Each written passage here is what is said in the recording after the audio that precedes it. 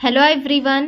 तो स्टूडेंट्स री एग्जाम और improvement exam class 12 Maharashtra board का भी जो बच्चे दे रहे हैं, मैंने इससे पिछले वीडियो में आपको जो है पूरे 16 चैप्टर्स के मोस्ट इंपॉर्टेंट क्वेश्चंस दे दिए हैं केमिस्ट्री के पेपर के। ठीक है, तो यहाँ पे आप देखो, मैं आपको क्वेश्चंस जो है ना अभी सेक्शन वाइज देने वाली हूँ। मैं सबसे पहले आपको ये सजेस्ट करूंगी कि वो 1 से लेके 16 तक जितने भी इंपॉर्टेंट क्वेश्चंस दिए हुए हैं वो कवर कर लो आप। और देखो यहाँ पे ये जो सेक्शन वाइज मैं देने वाली हूँ उसमें एक बार आप चेक करके लो कि आपके वो सारे क्वेश्चंस कवर हुए हैं। अगर उसमें से कुछ क्वेश्चंस कवर नहीं हुए और यहाँ पे कुछ रिएक्शंस वगैरह हैं, क्योंकि देखो इसके अंदर ये पीवाईक्यूज हैं सारे, तो इसके अंदर क्वेश्चन का टाइप कैसे आया है और यहाँ पे कुछ रिएक्शंस वगैरह ऐड की हैं, तो ये भी क्वेश्चंस पे एक बार देख के लेना, वो सारे क्वेश्चंस करके फिर ये देखना है आपको।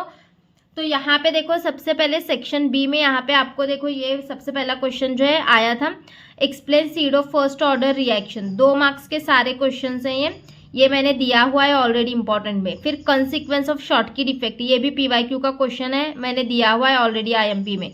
What is action of following on ethyl bromine, ये देखो ये इस टाइप का क्वेश्चन मैंने आईएमपी में नहीं दिया हुआ, बस आपको बोला है कि रिएक्शंस करो, बट ये पीवाईक्यूज में रिएक्शंस आए हुए हैं। तो Na का मतलब कि सोडियम का ड्राई ईथर पे क्या रिएक्शन होगा और मैग्नीशियम का ड्राई ईथर पे क्या रिएक्शन होगा, ये करो बच्चों क्वेश्चन ये। उसके बाद explain formation of peptide linkage with an example, peptide linkage का फॉर्मेशन कैसे होता है, डेफिनेशन और एग्जाम्पल आपको सिर्फ करना है, ये करो। क्योंकि ये वाला क्वेश्चन मैंने आपको यहाँ पे बोला है, हाँ पेप्टाइड लिंकेज का नहीं बोला उसके अंदर, बट ये करो क्योंकि पीवाईक्यू में आया हुआ है। उसके बाद derive an expression to calculate molar mass of non volatile solute by osmotic measurement, ये दिया हुआ है क्वेश्चन। तो देखो क्वेश्चन कैसे बदल के आता है, मैंने आपको क्या बोला था कि ऑस्मोटिक प्रेशर याद करो, तो उसका सब यहाँ पे एक्सप्रेशन डेराइव करना है, molar mass non volatile solute का मोलार मास कैलकुलेट करने के लिए डेराइव एन एक्सप्रेशन में दिया हुआ है मैंने। उसके बाद एक्सप्लेन, यहाँ पे एक क्वेश्चन का टाइप समझ के लो, एक्सप्लेन मोनोडिनेट एंड एम्बिडिनेंट लिगांड्स विथ एग्जाम्पल। मैंने आपको वहां पे क्या करने के लिए बोला है, आपको जो इंपॉर्टेंट क्वेश्चंस दिए हैं लिगांड्स के बारे में पढ़ो ऐसे बोला है। तो क्वेश्चन देखो लिगांड्स पे क्या क्या आ सकता है, लिगांड्स और उसके टाइप्स आ सकते हैं, और यहाँ पे मोनोडिनेट और एम्बिडिनेंट लिगांड्स के एग्जाम्पल्स भी आ सकते हैं। ठीक है, तो वो इंपॉर्टेंट क्वेश्चंस आप कर लोगे ना तो ये सारे क्वेश्चंस भी आपके कवर हो जाएंगे। कुछ 1-2-3 क्वेश्चंस हैं जो कि रिएक्शन के टाइप में, वो यहाँ से देखना है आपको एक बार। फिर right preparation of phenol from aniline, तो मैंने आपको बोला है कि फिनॉल के सारे रिएक्शन करो, तो क्वेश्चन किस टाइप से आता है देखो, right preparation of phenol from aniline. फिर उसके बाद derive the relation between half life and rate constant reaction, ये भी ऑलरेडी इंपॉर्टेंट क्वेश्चन में दिया हुआ है। हेनरीज लॉ दिया हुआ है, ऑस्मोटिक प्रेशर भी दिया हुआ है, लैंथेनाइड्स एक्टिनोइड्स में का डिफरेंस भी मैंने इंपॉर्टेंट क्वेश्चंस में आपको ऑलरेडी दे रखा है।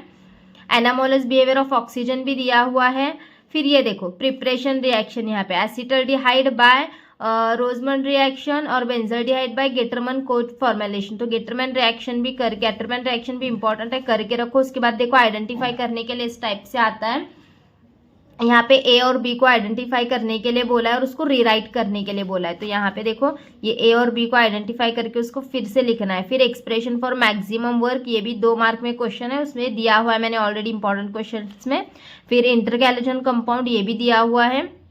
उसके बाद देखो यहाँ पे ये question nano material and sol gel process, हाँ नैनो मटेरियल और ये सोल्जन प्रोसेस भी करो, ये भी पीवाईक्यू का क्वेश्चन है। और क्लासिफिकेशन ऑफ प्रोटीन्स करो, ये भी पीवाईक्यू में आया हुआ है ऑलरेडी। और यहाँ पे स्ट्रक्चर निकालना है, स्ट्रक्चर लिखना है नाइलॉन नेचुरल रबर के। ओके, तो यहाँ पे मैंने आपको बोला है कि वो इंपॉर्टेंट क्वेश्चन में दिया हुआ है नाइलॉन का वगैरह स्ट्रक्चर करो, तो देखो यहाँ पे क्वेश्चन कैसा है, structure name, nylon natural rubber के स्ट्रक्चर और उनके नेम लिखना है। फिर उसके बाद preparation of di ethyl ether and ethyl cyanide, ये देखो रिएक्शन का पार्ट कैसा है, प्रिपरेशन लिखना है डाई इथिल ईथर के और इथिल साइनाइड के।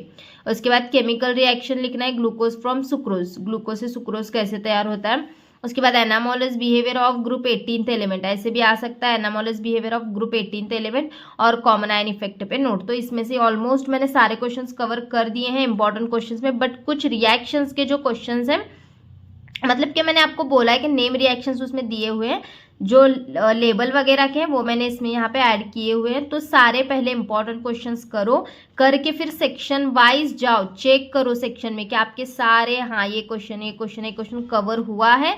जो क्वेश्चन अगर उसमें से नहीं हुआ होगा तो यहाँ से कर लेना, ठीक है। तो ये वीडियो में मैंने आपको सेक्शन बी दिया हुआ है, तो नेक्स्ट वीडियो में पहले इंपॉर्टेंट करो फिर चेक करना। नेक्स्ट वीडियो में मैं सेक्शन सी देती हूँ, तो वो भी अच्छे से देखना। सेक्शन सी तो बहुत इंपॉर्टेंट होने वाला है, सेक्शन सी एंड डी।